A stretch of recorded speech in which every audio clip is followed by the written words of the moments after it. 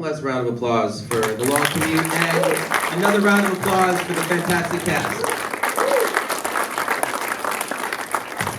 Smith Ali, Sid Sakai, please tell us about Own Your Stupidity. Let me start.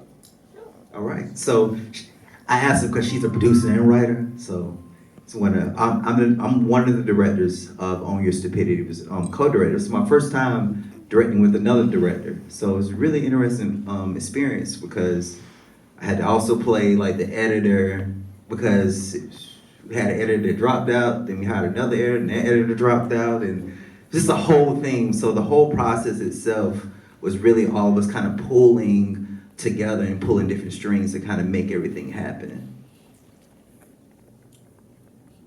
Oh, go ahead. Okay, I wasn't saying everything. All right, so, but in itself, the story is really about a kid that's trying to find her way home and trying to find that semblance when, you know, so far she's having trouble with her mom, she's having trouble with her father, but at the same time she's trying to find some place. And she ends up finding that place in herself as she grows. So as kids, sometimes we have this whole perspective where, you know, we have a trying time with the father, where we may have a trying time, that parent gives up on her. You have another parent that's really not there. So we have to have a place where we kind of find it within ourselves. So she found that strength within herself, which is actually her story. So it was a good time kind of telling her life story. So this was pretty much it was inspired by your life. Yes, I started out with the book On Your Stupidity, and then it converted into a film. But what I really wanted to do was reach the younger generation, because I can easily tell a story, but who's my audience? Who am I trying to reach? I met so many children, adult children and younger children, who said both parents was not in the household. So I wanted to have a message, because this is a shorter version.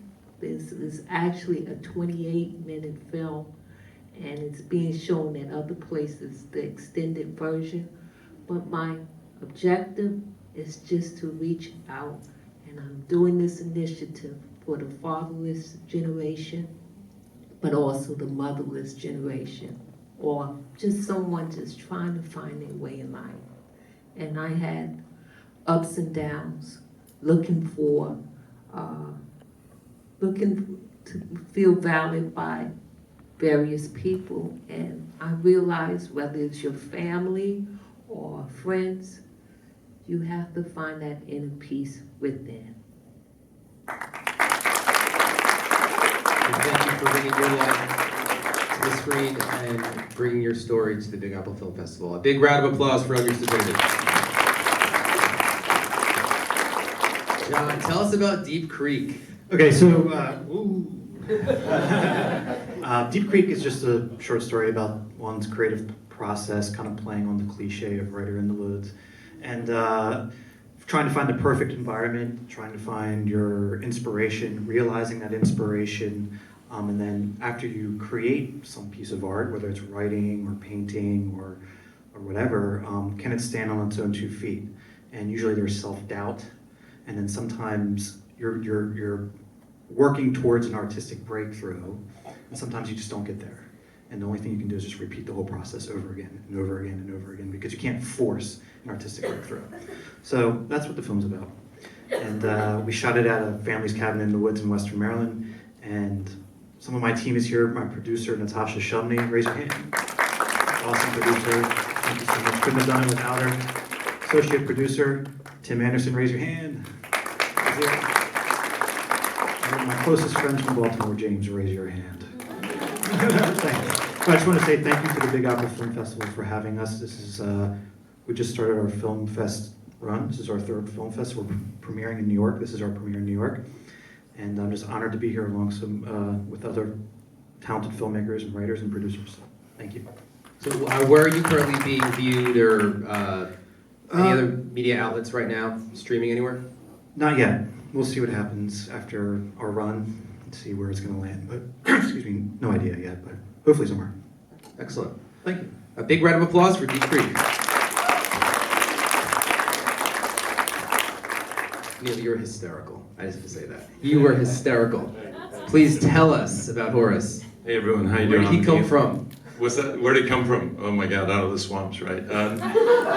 Neil Hemphill is my name. Memo, the other actor in the film, is here. So yeah, I'm a longtime sober guy, and I really want to thank you for your heartfelt expression there. You sort of made me feel like just open up and do the same. So I'm like a lot of alcoholic addicts, like I should have been dead 100 times over, but I'm not. I'm here. So I want to tell stories about that. And I wrote and I want to make all kinds of films too. But so far, I've been making films about the journey of life and sobriety. And for this one, I wanted to write like a darker story. And so I did. But Memo and I were in a class at the Independent Film School, and we did it. We workshopped it there. And our teacher, who was a good friend of both of ours, she really focuses on. She said, it's a dark story, but it really has this beautiful thing of the guy, weathering the storm from his father, hanging in there with the sort of support of his sponsor outside, and doing what he needs to do to take care of himself. So there's a really brighter side to the story as well. We shot it up on Cape Cod at my best friend's place. He was the DP for the film, and then we had a long, rough post-production, had some sound problems, and but we got it all cleared up. Thank you, Memo, helped push that along. So it was. One last thing I'll say. It's tough to like direct from the couch. It's hard to act, produce, write, act, direct. Right, that's hard. But so I think I'm going to step back from acting, or maybe small parts when I direct for a little while, just to get more in tune with the whole process. But it's fun too. It's like really, really fun, to do all that too. So, and the other question you've been asking, I'll say this. I've made this is my 5th film about life and sobriety, and I did not set out to do this at all. But when I started showing films, people were saying to me, these should be used in treatment settings. And so it took me a long time to get around to that, but I'm now this close to launching my business called Straight Ahead Films to sell these as a streaming service to be used in treatment settings. So I've been writing the discussion materials. So many films that are out there are documentaries, which are incredibly powerful, but storytelling does a different thing. As we know. So hopefully these stories will, in treatment settings, open people's hearts and get them to start talking. So that's the idea behind that. Well, thank you, Neil. A big round of applause for Horace. I'd like to open the stage to anyone out there that might have a question for one of our filmmakers. Anyone? Come on, someone's gonna have a question. Just one. Make one up. Anyone? All right, there you go. All right, great. I love participation. Hi everyone, thanks for your creativity and sharing with us tonight. I was wondering, and you may not want to answer this, you might say it's up to you, but at the end of Horace, was he dying right there in that last scene? I did not have that idea at all, no. Okay, No. thank you. Still another hand. Maybe dying inside a little bit, yeah.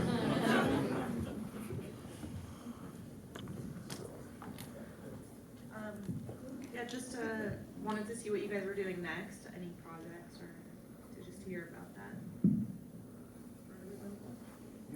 Well, you know what I'm doing next is working. I have a feature script, Black Dog LA, I'm working on, and looking for funding soon. So just gonna do the festival run with this film and wrap up that script, and that'll be my first feature. So I'm looking forward to it if it gets made. So.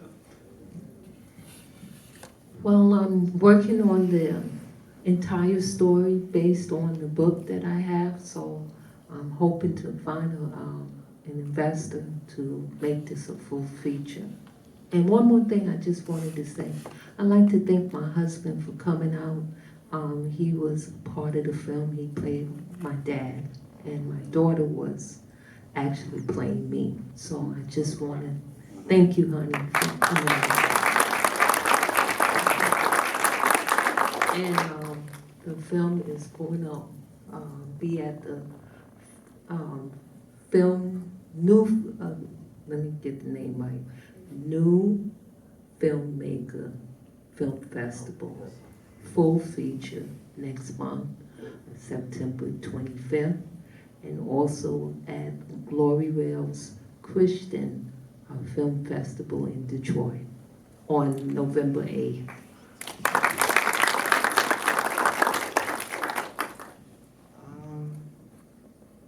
So, really just doing the festival run for On Your Stupidity, and also I'm a part of another film that I directed called After Rose. It just played at the National Black Theater Film Festival.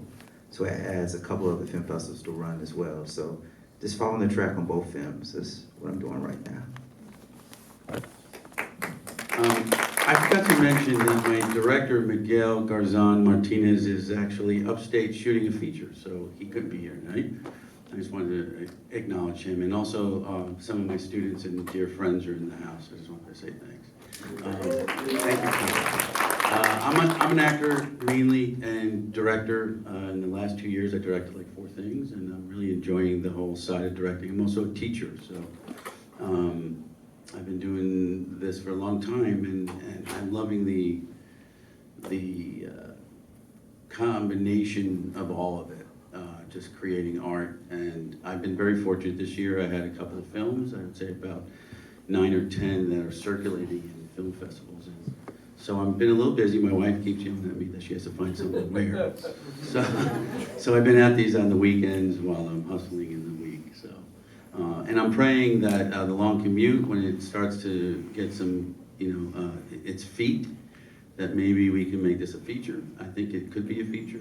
There's a lot that I want to say about this story, about parental degeneration. I don't know if anyone has parents, but when they go or when they're on their way, it's the hardest thing to go into reverse. You take care of them while they took care of us. So there's a lot there, and I think we could all use some forgiveness in this landscape of what's going on in our lives. Anyway. She's like, you had enough. Anyway, thank you. Horace, I think you had a question? And I just want to say, yeah, like you're talking about fundraising. I have like so many scripts I want to do, and I'm working on a feature. But gosh, it's so hard to just schedule it, get the people, get the money together, and get it done. It's a shame that it's so hard. And I just finished a book on editing by Walter Murch. It's unbelievable, great. So that's my next thing. I want to learn to edit. Well, I want to thank you guys. I thought all your films were terrific. This kind of goes with what you just said. How many of you guys started out as directors, or did you find yourself as a writer and then needed to direct? So did you have to become both writer, director, and producer, or were you just like, I've always wanted to be a director, I'm just going to direct? I was an actor for a long time, had an agent, did a lot of theater. I was out of town all the time, and I wanted to get married and be in town. So I put acting on the back burner and told my wife I'd try my hand at screenwriting, and I did in the independent film school where Memo and I met. And then our teacher led us from writing into directing and producing and so forth. I started out as a film composer. So I've been film composing for about 10 or 15 years, commercials and other films. And I think it's just, I've wanted to try putting words to paper and directing, and I don't know, so yeah. Well, when I was living here in New York, I was exposed to the art, but when I moved down to South Carolina, there wasn't too many programs, so I always was just a writer. And what I basically did was publish my journal, and that was the beginning of transitioning from writer of a book to a short film. So, weird story. So I was that kid that until like 10th grade, 9th grade, 10th grade, I still played like action figures and everything.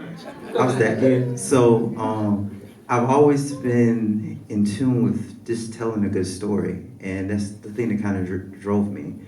When I got to college, went to theater track, I was helping and directing different things like that and putting on my own production. So what we did 5 different theater tracks. Sold out every single one of those tracks with the goal of taking that money and putting it into a production company. So we literally took all of that money, put it into a production company, and now we're just pumping out like our actual films and everything. So just a long track of just, hey, having a goal, getting with people, throwing a rock, and watching a rock land. So it's happening. Like that gentleman, I also did a lot of theater, and as I got into up in age and married and children, I couldn't do that as much. So I started doing more film and more TV. And the TV work is as great as it is to have a credit. It doesn't give you the same reasons why I became an actor. I want to tell stories. So I started getting into the indie world, and lo and behold, I started directing more of it, and I did a lot of theater directing, and I thought, well, okay, I'll try this. And so that seemed interesting, and I learned by watching. And if anybody's out there who's acting, who wants to direct, I'll tell you now, just hang around and watch people and ask questions, and maybe get some names and get an ensemble of great people. Because that film, it takes a village. Honestly, if I didn't have my DP, who is amazing, Taru, I worked with him 10 times, and he's just incredible. And so anyway, when I thought about what do I want to do next, I said, I want to tell a story. And I had this kind of, my mom passed away like 5 years ago. I'm an artist. I like to say that first. I started as a painter. So for me, it's painting with stories. And I'm going to keep doing that. Do you have any other questions?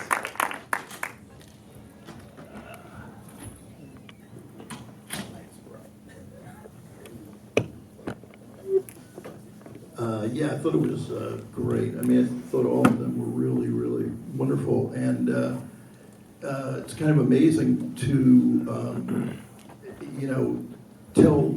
see you tell a full story in a short amount of time. And I thought it was great. I just had a question about how many, if any, I know one, but used iPhones to film. No? Oh, okay. And so there's nothing against iPhones at all, because if you have the right DP and enough lighting, you definitely can shoot something on an iPhone. That's not an issue at all. If anyone else wants to fill in on that, but no, I know none of our portion was shot on iPhone, anything like that. I have one question up here, and then I'll come back to you. It's not so much a question as I just wanted to thank all of you so much for sharing all of this very personal work with us. It's really inspiring, and I was especially moved by the Commute, Commute. I had a very challenging relationship with my dad, and was his caretaker the last 2 weeks of his life. So, as soon as I saw the door open, and it got me. And I had written a little scene about it in the Independent Film School with Neil, and it was just so cathartic and so amazing. And I've been thinking a lot about, whether or not I wanted to produce that. And Do it. you really, really inspired me, because all of you, the stories are just, I know what it's like I know how much work goes into this, and how much of yourself you put into it. So I really appreciate all of you and everything you've done. Yeah. I'm getting my workout in tonight. I'll just ask this, what did you learn from your project? From going through your project?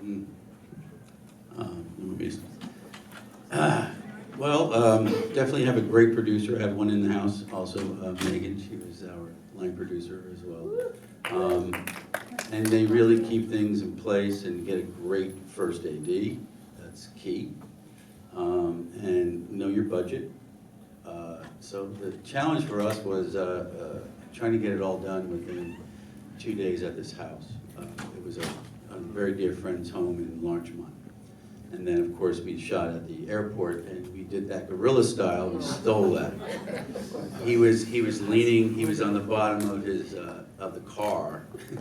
So I was terrified we were going to get pulled over as terrorists or something. So I was just like on the phone going, "Are we good?" So that's challenging.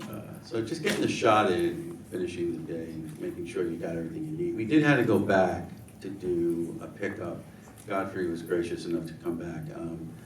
There was something missing. We didn't get a close-up in that nail cutting scene.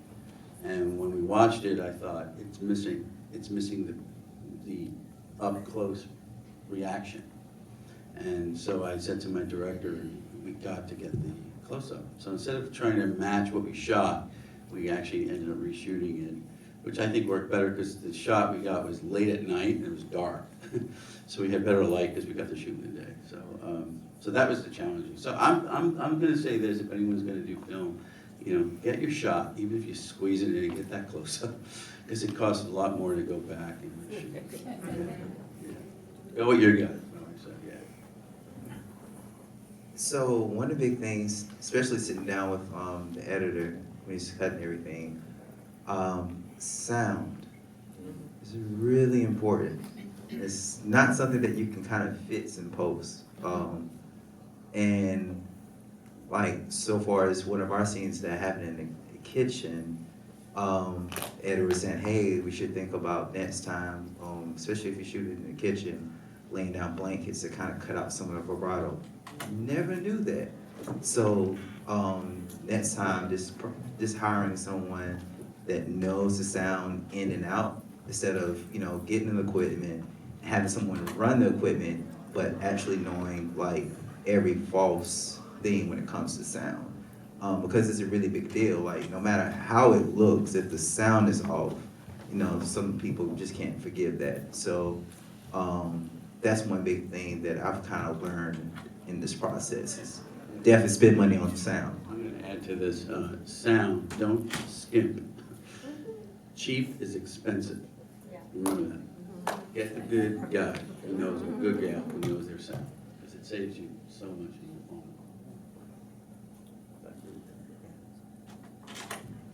Well, what I learned is just the power of networking. I was able to connect because I used my community. A lot of the actors, a lot of the extras were not trained. So we just had an acting coach for the day, helped them to get into character, and we were able to shoot things right in my home and right in my grandmother's home in South Carolina. So we just found ways to make the budget work. But also, it was a privilege to have a community here in New York and in South Carolina. So it felt like I was giving back and still connecting with everyone to let them know they could have been part of the film. Yeah, I just agree with everything that's been said already. Sound and having the right network. I had a really good team. We had a small team. I'm really lucky that I had a co-director, co-writer, Joel Flora, who couldn't be here today, but he was also my cinematographer on the film. So we already have a very deep relationship, so it was good that I could lean on him when I was questioning my decisions. And then I did a lot of the sound myself because I'm a sound guy, so we kind of looked at it in that regard. But it was a little bit of a nightmare when you do everything yourself, because you do question yourself, like, oh, is this the right thing? Is this the right thing? So I ended up bringing on some other sound people just to even check my work, because I have to step away from the project to get think clearly about it. But yeah, just having the right people, building that trust, building relationships, and yeah, everything I said, sound and network. So yeah. I think the biggest takeaway for me is to get really much more focused on pre-production. We shot, as I said, up at my friend's place on Cape Cod, and we talked about a lot of stuff over the phone, and we were prepared, but, you know, as the director, I had not been in the space for a while and been looking at it for how we're shooting it. And I don't want to do that again. I want to be in this space as much as possible and really think about it, and so that we can be as creative as possible with it. And the other thing is, we did a 2-camera shoot. That was his idea. He wanted to experiment with that, and it didn't really benefit us. So it was a good experiment. I learned that, and he just shot his first feature. Doing with 2 cameras, but I think for me, I'd rather just have 1, you know, except in certain instances, so I learned that. All right, well, let's have a huge round of applause for Horace, Deep Creak, Stupidity, and the Long Commute.